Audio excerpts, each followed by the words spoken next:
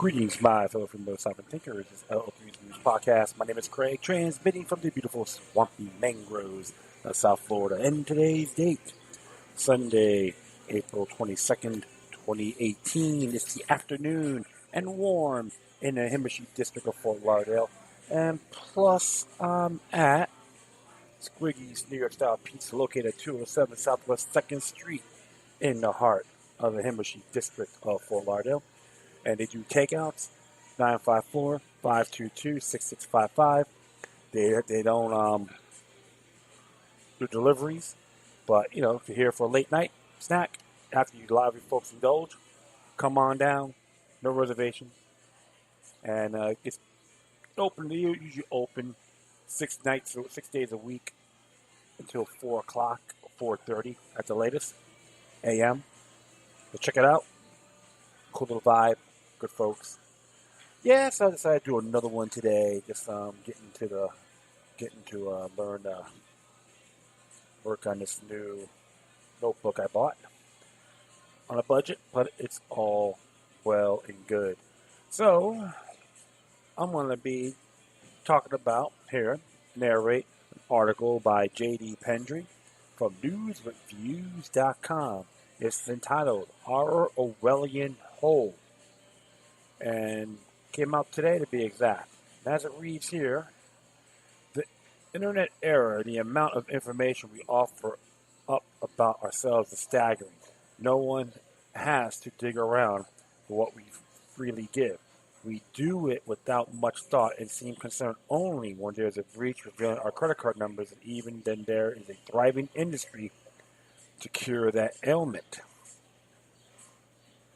Practically every app we download to our phones asks us for access to virtually every piece of information we carry around and receive. Then we appear shocked when our information is used for purposes we did not intend, like unwillingly helping out political campaigns. Now we are excited to spit on a Q-tip and give our DNA as if every other piece of personal data about ourselves, our relationships, and what we buy at the grocery store is not enough. With the advance of artificial intelligence, how long before even a hint of privacy becomes a fantasy? We have no one to blame but ourselves and our addictions to gadgets and social media. After all, it is exciting when Alexa's soothing voice, always peering out at you through her camera and always listening through her microphone, gives you the weather, your appointments, and plays your favorite music. The persistent question are how far we have we willingly gone down the Orwellian hole, can we ever climb it out of it? There will always be some waiting to take a potential good thing and use it for a bad purpose. Within weeks of September 11, 2001, terrorist attack, President George W. Bush signed into law the Patriot Act. There was some debate, but with urgency of overwhelming congressional majority passed it. They were concerned about electronic surveillance of Americans inside the United States in violation of their rights to freedom of association and freedom of speech. We trust the politicians and political opponents to do the right thing. Following the Ben Franklin axiom, we forfeited some liberty for promised security. Exactly. Hey. Remember, our culture within the United States is to never trust the government. Any questions? We examine the Declaration of Independence. On the subject, I was one on many fence sitters. I wanted our agencies enabled to collect intelligence and foil terrorist plots. I did not think it likely they would intentionally collect data on average Americans. My naivety also steered up to believe the government for free United States of America would never abuse its power to spy on Americans for reasons other than anti-terrorism, especially non-political opposition during a presidential campaign. Back in 2005, when the political conversations heated up around the subject, I favored the Patriot Act because I chose political sides. At least he admit I'm choosing poorly. I will say that in good faith. If certain people came out against anything rigid, thinking automatically compelled to be for it, I'm thinking has matured some sense. Even though I made and received frequent international calls calls as the NSA was making bulk collection of phone records. I expressed concern that I fear Google more than a remote possibility by the National Security Agency will capture my data illegally or otherwise. Surveilling the landscape today, I sort of feel like a prophet, at least as it relates to Google. I also believe that our government intel collection methods captured everything to sort out later if needed. How long before the Russians or Chinese hack them servers? If you have a Google account, an Android cell phone in your pocket, and use Chrome web browser, you can probably hear the old 80s, the police, tune Every Breath You Take, playing in the background. Every breath you take, every move you make, every bond you break, every step you take, I'll be watching you. Every single day, and every word you say, and every game you play, every night you stay, I'll be watching you. Google not only captures but stores enormous amounts of data on each of us. Data we offered up freely. Potential for abuse of this data by criminals, unknown intelligence agencies, foreign, domestic, and political parties should concern every American, especially in light of current events. Our recent months we learned scrupulous people are willing to abuse the Federal Intelligence Surveillance Act, or FISA, to spy on Americans under the guise of monitoring possible foreign agents. It just so happened that foreigners being monitored were having conversations with members of an opposing political party during the presidential campaign. We've also learned FISA court judges appear with 99.97% approval rate for warrants, rubber stamps. Google may actually do a better job to protecting our data than the government, with our proven abilities to gather and store vast amounts of data.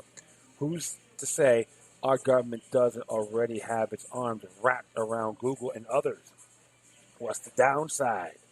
Abuse of power likely leads to legislation and regulation that hinders our ability to protect ourselves and restrict our ability to freely use the internet. Or we become Mr. Orwellian's totalitarian state. For public consumption, what we write may end up being nailed to a tree. As our founders reminded, our system of government is designed for law-abiding people, with no exceptions. People proven to have illegally abused FISA and illegally spied on Americans must be prosecuted to the full extent of the law. The sad fact, most people consume only legacy news media nowadays social media are so literally blind to this abuse. And then there's Facebook. Facebook also collects data opened freely by people who decide the need for a Facebook presence, myself among them. It seems we want to be noticed, so we rarely give up many details about our lives and rarely friend people we know nothing about giving them access to our personal information. It's something most of us would never do in the face-to-face conversation with a stranger. But by what you read, what you share, what you like, what products you search for, who you follow, who follows you, Facebook can make relatively accurate assessment of you and your social network. The Facebook analyzes and uses information to lucrative targeted advertising. When you are the world's largest social media network is an absolute gold mine. In terms, I can understand a social graph is a chart that shows the relationship between all the people in a community. In the internet era, it's sort of like the universe. It's massive and endless. As of 2010, Facebook's social graph is the largest social network data set in the world, and it contains the largest numbers of defined relations between the largest number of people.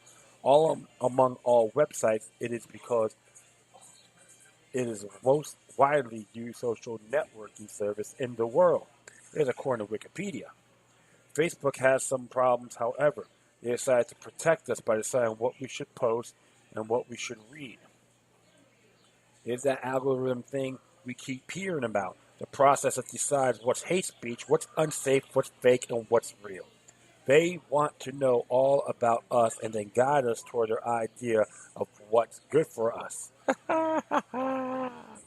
Oh, I'm not surprised at all, friends. It is a utopian mindset.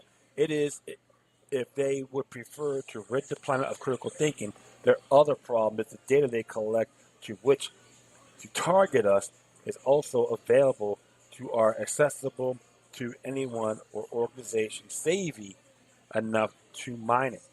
They play fast and loose with our data until a company that did not share their worldview used some of it. Cambridge Analytica, Analytica is a data analytic company that mines and uses data about what we like, what we share, who we friend, etc. We target political advertising. Their problem, it seems, is they provided data to some conservative campaigns as opposed to the Trump campaign. These assertions also led congressional hearings. It was unacceptable that a company helping conservative campaigns may use information rarely to anyone, including President Obama's campaign. It was too offensive that Facebook banned them. Congresswoman Maxine impeached Trump Waters let the cat out of the bag some time ago, but it never broke through the liberal media firewall other than to compliment the genius of Obama's social data mining. The President, Obama, has put in place an organization that contains the kind of database that no one has ever seen it before in life. That's good. That's going to be very, very powerful. That database will have information about everything on every individual in ways that it never been done before. And that's what Maxine Waters said. That's her quote. And there's a link for that as well, so you can check it out yourselves. While Facebook and assorted liberals are throwing a conniption fit about the activity of Cambridge Analytics, they are ignoring the fact that they either provided or allowed access to data on millions of users to Obama's re-election campaign. This could be a violation of federal election law, but don't hold your breath for the investigation to begin. Carl Davison was Director Integration and Media Analytics for Obama for America. In 2011, Carl Davison, Director of Data Integration and Media Analytics for Obama for America, built a database of every American voter using the same Facebook developer tool used by Cambridge, known as the Social Graph API.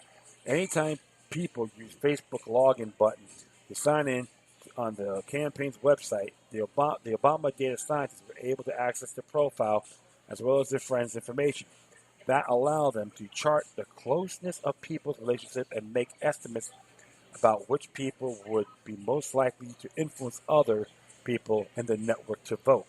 We ingested the entire U.S. social graph. Davidson said in an interview, we would ask permission to basically scrape your profile and also scrape your friends, basically.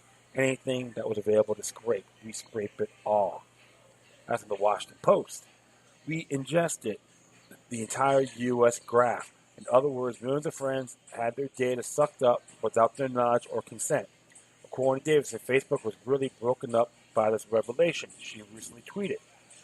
They came to office in the days following election and recruiting, and were very candid that they allowed us to do the things they wouldn't have allowed someone else to do because they were on our side. Carol Davison from the Daily Caller. And it says here, whether it is information swept up by the NSA surveillance or what we freely give to Facebook, Google, Twitter, LinkedIn, at all, we made ourselves vulnerable to manipulation and misinformation campaigns. We have allowed others use psychological graphs and other tools to guide us. They want to guide our thinking, steer us towards the news and information some algorithms have determined is safe for us. Being human, we like the easy route, so we are likely to go where the search engine leads. We prefer to follow rather than lead, and our youth are more susceptible. It's brainwashing on a so sophisticated global scale. Survival requires us to start searching for the way out of the Orwellian hole we've dug for ourselves.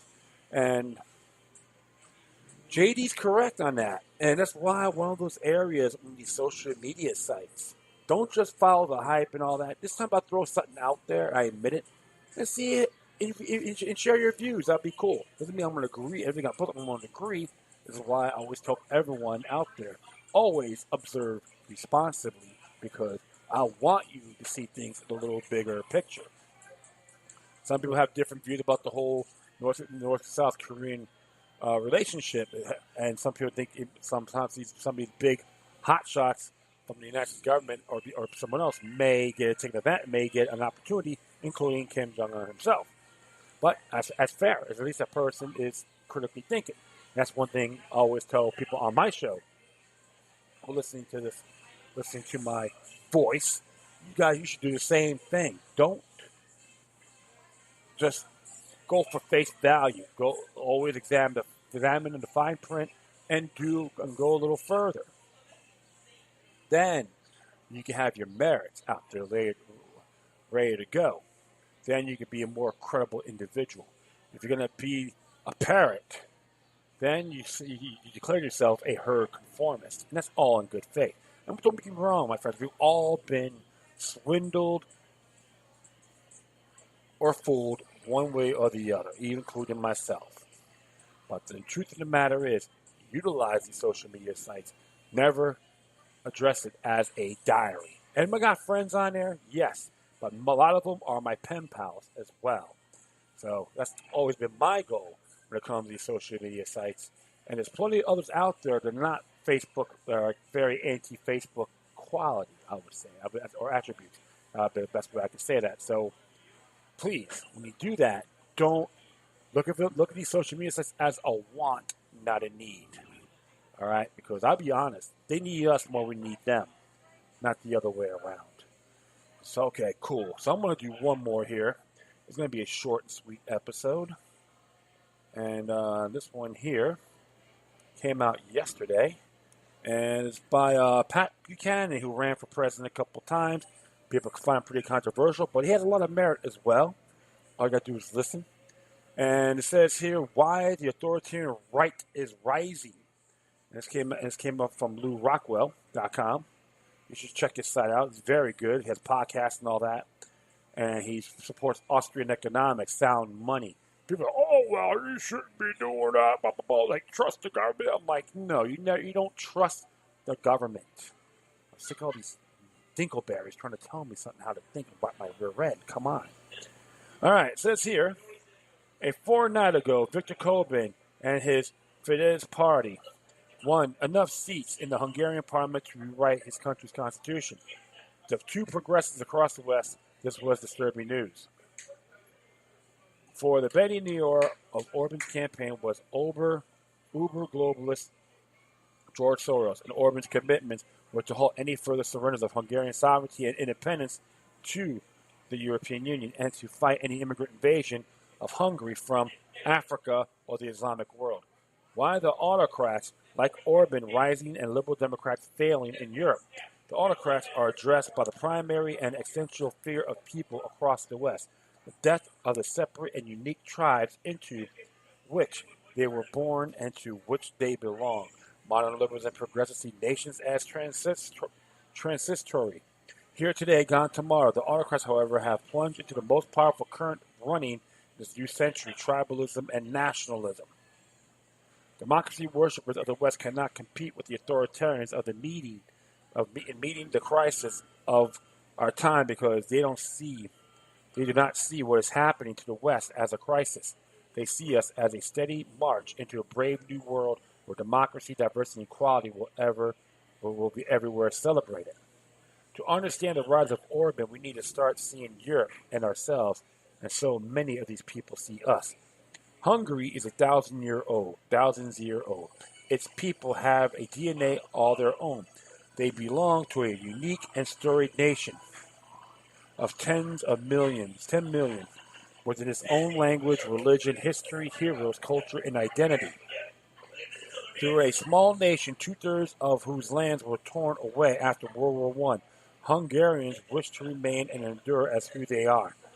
They don't want open borders. They don't want mass migrations to change Hungary into something new. They don't want to become a minority in their own country, and they have used democratic means to elect autocratic men who will put the Hungarian nation first. U.S. elites may babble on about diversity, about how much better a country will be in 2042, when white European Christians are just another minority, and we have become a gorgeous mosaic of every race, tribe, creed, and culture on earth. To Hungarians, such a future entails the death of a nation. To Hungarians, millions of African, Arabs, and Islamic peoples setting in their lands means the annihilation of the historic nation they love, the nation that came into being to preserve the Hungarian people.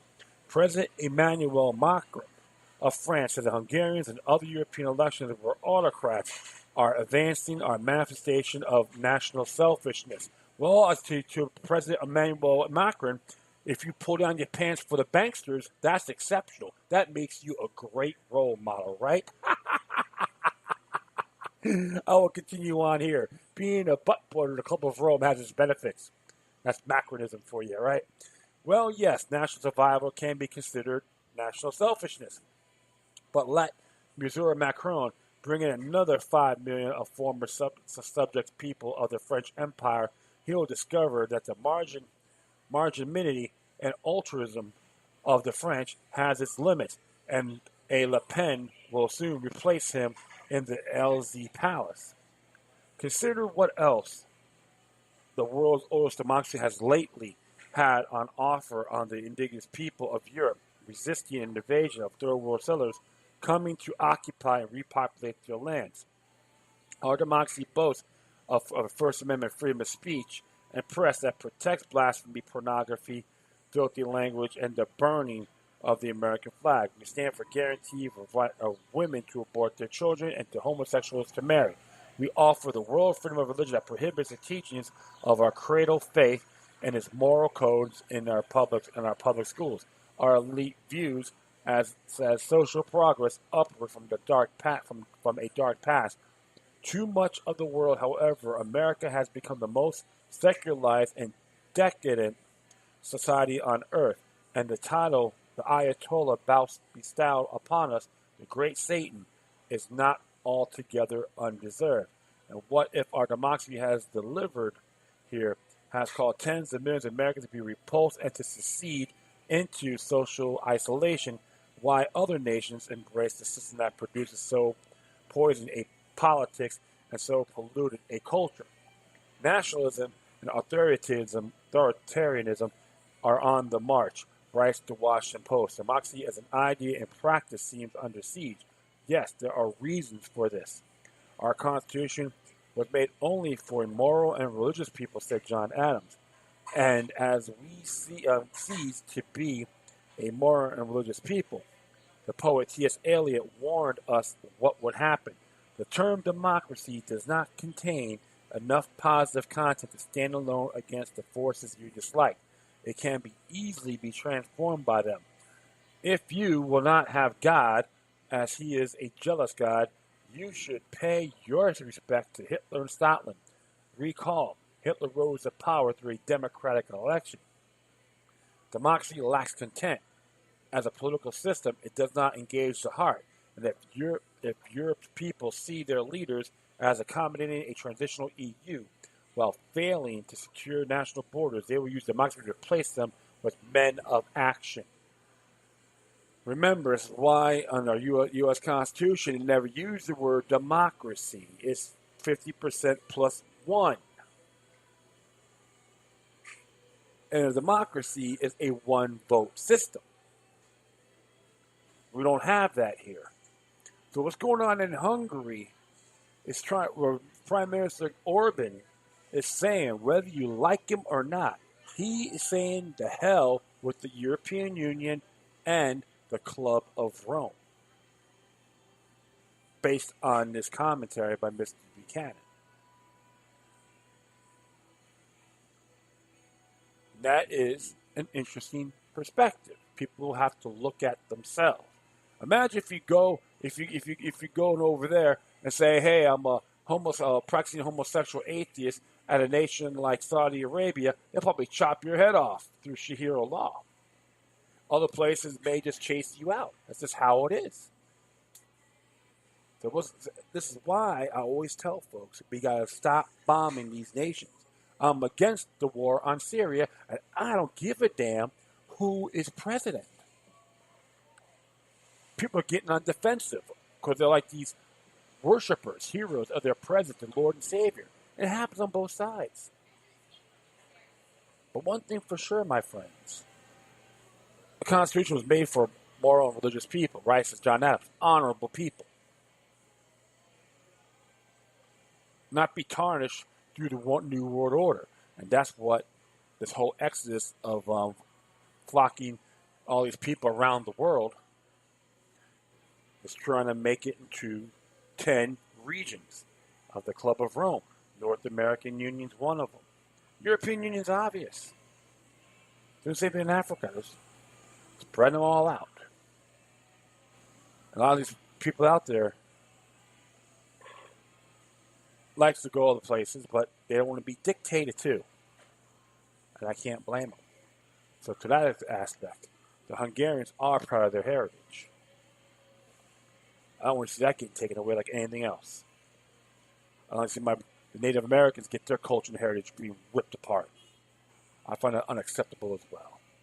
As a form of genocide and democide, psychologically, spiritually. They want us to be dumb, stagnant, and happy, and be robots, robotic cyborgs. So that is it. I thank everyone for listening. Plus, feel free to download and share us throughout your social media networks. If you have any questions, comments, or you send me something that's interesting, man, I want to check out, whatever you do, please address your correspondence with decorum. Keep me on Facebook, Twitter, Google+, Spreaker, iHeartRadio, Tumblr, YouTube, Freedoms Network, which they do need money. There's a freedomsnetwork.com. There's a donation button. They need to keep their server on, and they're very privacy-friendly, too.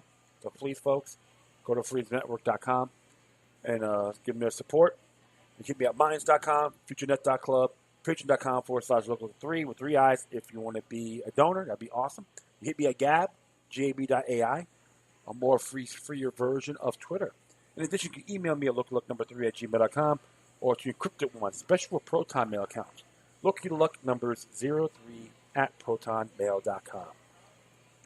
All right, my friends, that is it. Once again, thank you for your time. Plus, always remember that the maniac resistance is healthy for the soul and can liberate humanity. Till next time. Take care of yourselves. Keep on spreading the love, and may your guardian spirits be with you.